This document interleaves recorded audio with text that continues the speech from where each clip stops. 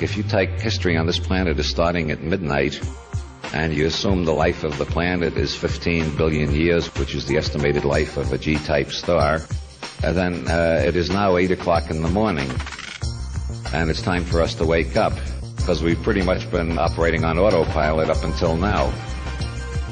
And there are signs of planetary awakening. Domesticated primate psychology remains pretty much the same as it was in the Paleolithic, but one sees increasing evidences of mutations. There was only one Buddha 2,500 years ago. Now you meet 5 or 10 Buddhas in every city you go to. Knowledge, wherever it's discovered, is traveling over the whole world faster and faster. The possibility of changing consciousness was discovered in the Orient 2,500 years ago at least. Probably it's older than that. But techniques were discovered to quiet the mind, pacify the mind, remove emotional compulsions, and these were organized into the science of yoga. As John Lilly says, yoga is the science of the East, as science is the yoga of the West. Science is a yoga too. Science is a way of trying to reach an objective level in which your emotional compulsions and prejudices aren't twisting all the facts to fit in with your favorite reality tunnel.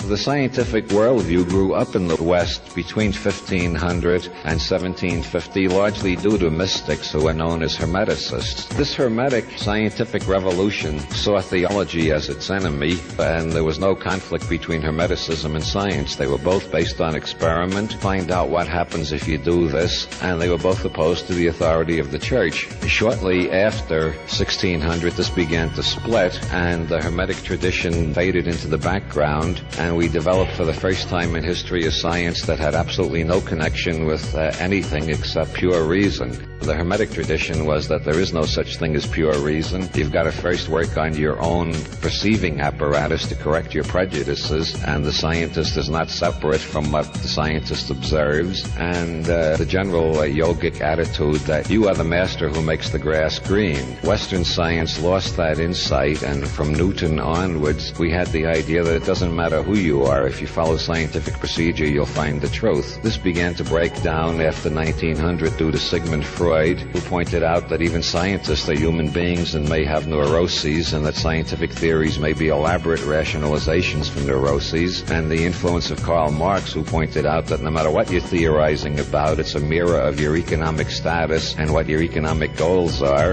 And then anthropologists started coming back with reports about alternative reality tunnels, showing that no matter what reality tunnel you live in, the world will organize itself in your perceptions to be compatible with that reality tunnel. So science began to have data to look at science itself critically.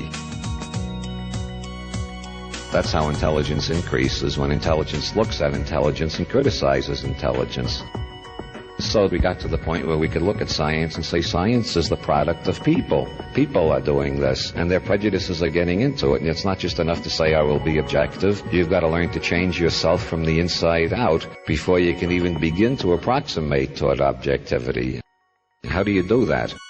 Well, it took a while to begin to find answers to that. The big change came when Albert Hofmann went for a bicycle ride one day after experimenting with ergot derivatives. Albert Hofmann, after accidentally ingesting LSD, went through a profound experience in 1942, which he did not put into words until 1982. It took him 40 years. He was educated as a classical chemist with a classical scientific background and assumed that there was such a thing as an objective observer and so on. So it took him 40 years to figure out what LSD meant. And in 1982, he wrote an essay on the 40th anniversary of the discovery of LSD, in which he says, the main thing I've learned from LSD is that there is no objective reality separate from us. All there are the realities that our nervous systems construct out of the signals they receive. This became obvious to others due to the things that were happening in quantum physics from 1900 on. And the doubling of knowledge between 1900 and 1950, physicists discovered that the atomic world is just not describable in terms of Aristotelian logic. For one thing, you can't describe anything on the quantum level accurately unless you include the observer in your picture. future. So quantum physics turned out to be saying exactly the same thing that the psychedelic revolution was saying,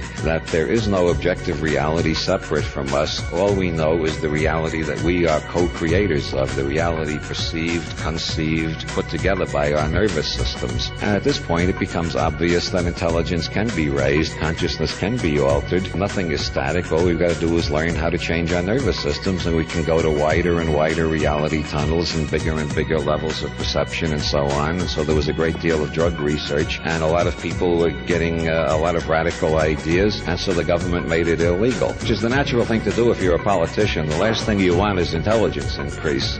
So then some others started saying, well, okay, they won't let us investigate drugs, but now that we know it's possible to change consciousness, let's see the other techniques that they will let us investigate. Nobody has made pranayama illegal yet because it would be impossible to enforce. Well, you just have to read a book on yoga and learn how to breathe through alternative nostrils, and you find you go into an entirely different consciousness state. Then you can go back to your ordinary consciousness, think about that state, then go back into that state and think about your ordinary consciousness, and already you're in I squared. You're in intelligence studying intelligence. You're finding out how your nervous system works. So with each decade since the 1960s, we are moving more and more to the place where we can change our nervous systems, change our reality tunnels, and make bigger and bigger reality tunnels. Once you look down at your reality tunnel, whether your reality tunnel is Ohio Methodist or New York Jewish or Marin County hippie or Tokyo capitalist Zen Buddhist or Iranian Muslim fundamentalist, once you get to the level where you're outside your reality tunnel looking down at it, you can compare reality tunnels, and then you're on a higher level of intelligence already, because you're no longer a conditioned mechanism just following the reality tunnel that was accidentally imprinted or conditioned, and you can start choosing between reality tunnels.